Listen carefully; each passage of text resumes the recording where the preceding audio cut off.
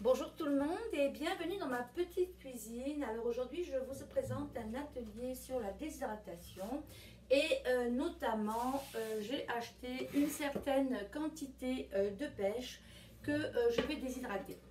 Alors on va faire trois choses aujourd'hui. On va faire des rouleaux aux fruits, on va faire des fruits coupés et des fruits en tranches. En fait, quand on déshydrate, on peut vraiment aller chercher la forme qu'on veut.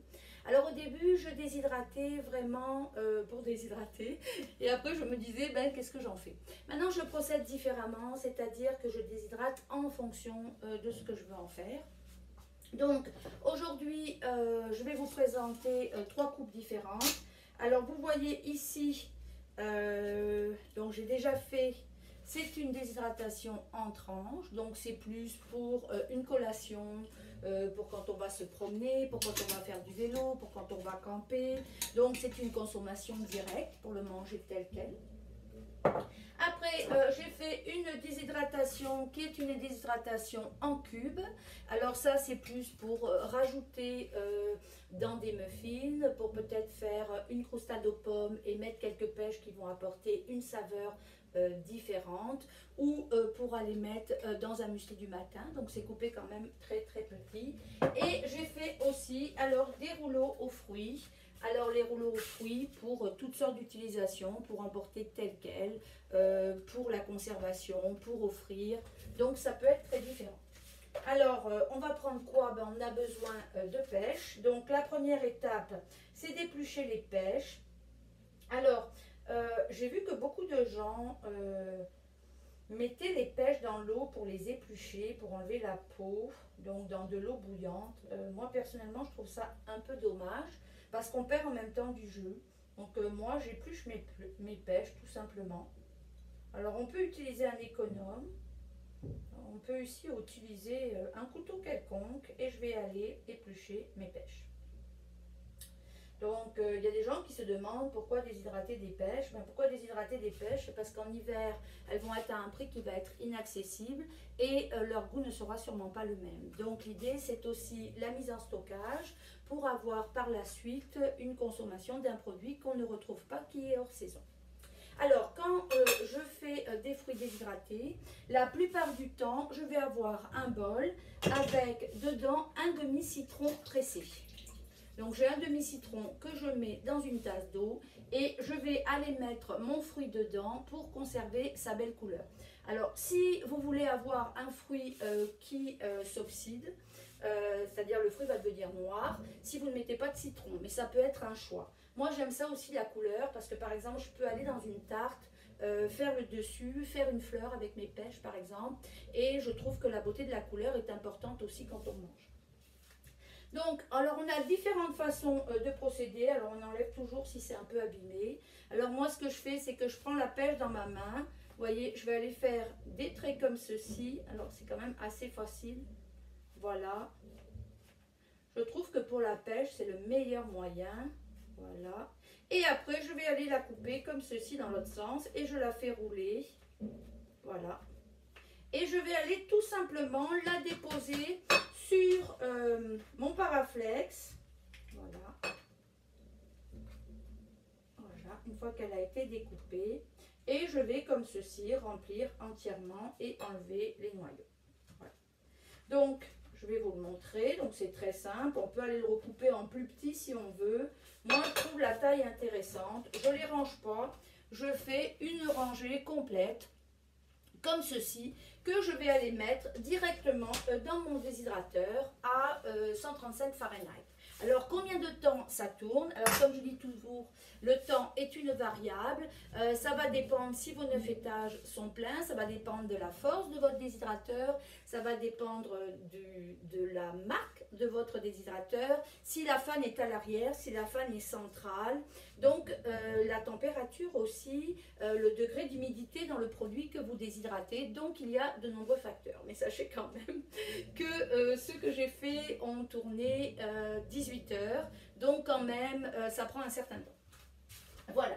Donc, pour ceci, alors ceci, je vous les ai laissés tels quels. Alors, vous voyez, une fois que j'ai rempli toute ma plaque, alors ce que je fais, c'est qu'à mi-cuisson, j'enlève le Paraflex. Et vous voyez, ce qui est intéressant, c'est que, alors on met un paraflex pour ne pas perdre le jus, mais on voit très bien que le jus, vous voyez, il est toujours là, il a collé tous les petits morceaux en même temps et on a quand même gardé une belle couleur. Donc, une fois que ceci est déshydraté, je vais aller tout simplement utiliser un pot maçon et je vais mettre à l'intérieur de mon pot maçon mon produit qui est déshydraté. Alors il est très important de toujours vérifier que ce soit bien déshydraté parce que souvent les gens m'écrivent, me disent ça a tout moisi. Mais si ça a tout moisi, c'est parce que vous n'étiez pas, c'était pas assez déshydraté. Donc n'hésitez pas, si vous avez un doute, remettez à déshydrater.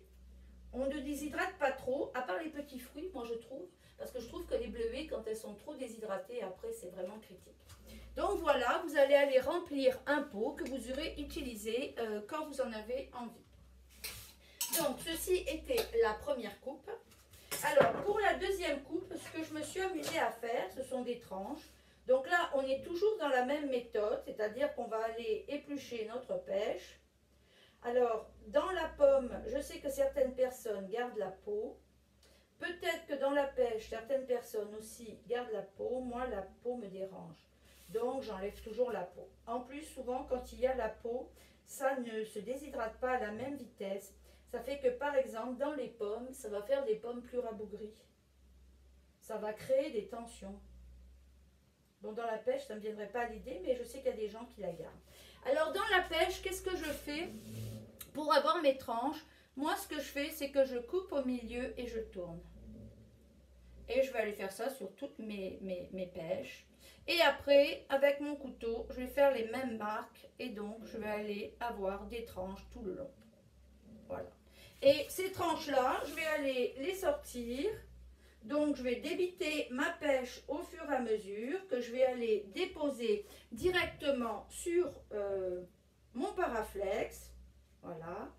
Donc, le noyau, à un moment donné, il va sortir. Des fois, elle se casse, mais c'est pas bien grave.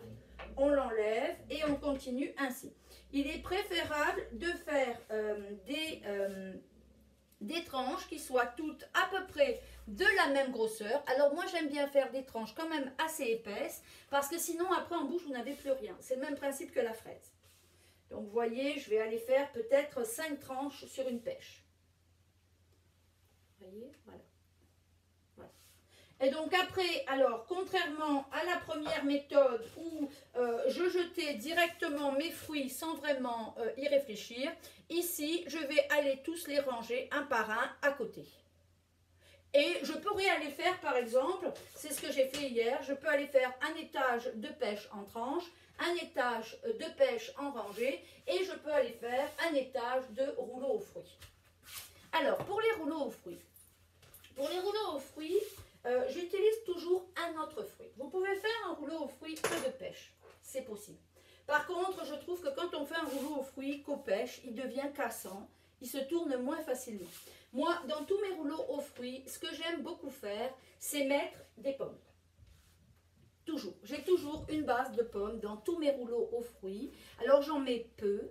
Et la petite quantité que je mets n'influence pas le goût du rouleau. C'est-à-dire que le rouleau va garder le goût majeur du fruit que j'utilise. Mais la pomme que je fais en compote avant, donc que je fais légèrement fondre sur le feu pour en faire une compote, va permettre de donner au rouleau une structure qui se tient.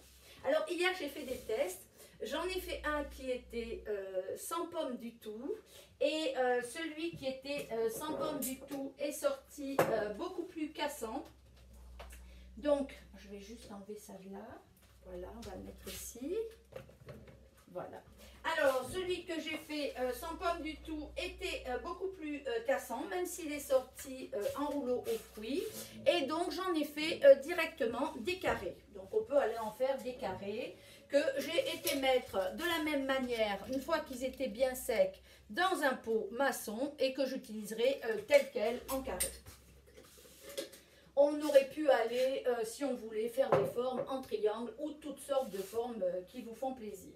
Alors après, ce que j'ai fait, c'est que j'en ai fait un avec de la pomme et je vous ai fait une proportion. Donc, qu'est-ce qu'on fait quand on fait un rouleau aux fruits? Donc, moi, je fais compoter, comme je vous l'ai dit, je fais une compote avec mes 2 pommes. Et là, j'ai mis 2 pommes pour 12 pêches. Donc, 2 pommes pour 12 pêches. Mes pêches sont crues, mes pommes sont cuites. Je les ai passées au mixeur. Bon, je vous ai fait plusieurs vidéos sur les rouleaux aux fruits. Puis, je les ai étalées directement sur un paraflex. Et je les ai mis au déshydrateur. Donc j'avais dans mon Excalibur, qui est mon déshydrateur, qui est à 9 plateaux, j'avais plusieurs plateaux de rouleaux aux fruits, plusieurs plateaux de pêche coupés en morceaux et d'autres de pêche en rondelles. Donc ici, je vous le montre parce que ça, c'est la texture qu'on veut obtenir pour un rouleau. Voilà. Donc ici, on le voit bien. C'est un rouleau aux fruits. Je pourrais aller le couper en petits morceaux. Mais vous voyez, ça, c'est la structure que je recherche. Voilà. Alors après, on peut le couper en 4 pour faire 4 rouleaux. On peut faire 10 rouleaux, on peut faire 12 rouleaux. Moi, j'aime beaucoup faire des gros rouleaux. Et bien souvent, ce que je fais, c'est que je prends un pot. Et je vais aller tailler la taille du pot. C'est-à-dire qu'ici, je vais faire 2 gros rouleaux. Puis quand je vais les sortir, je vais les utiliser différemment. Mais effectivement, vous pourriez aller faire des petits rouleaux si cela vous tente. Voilà, donc c'était pour vous montrer comment utiliser vos pêches.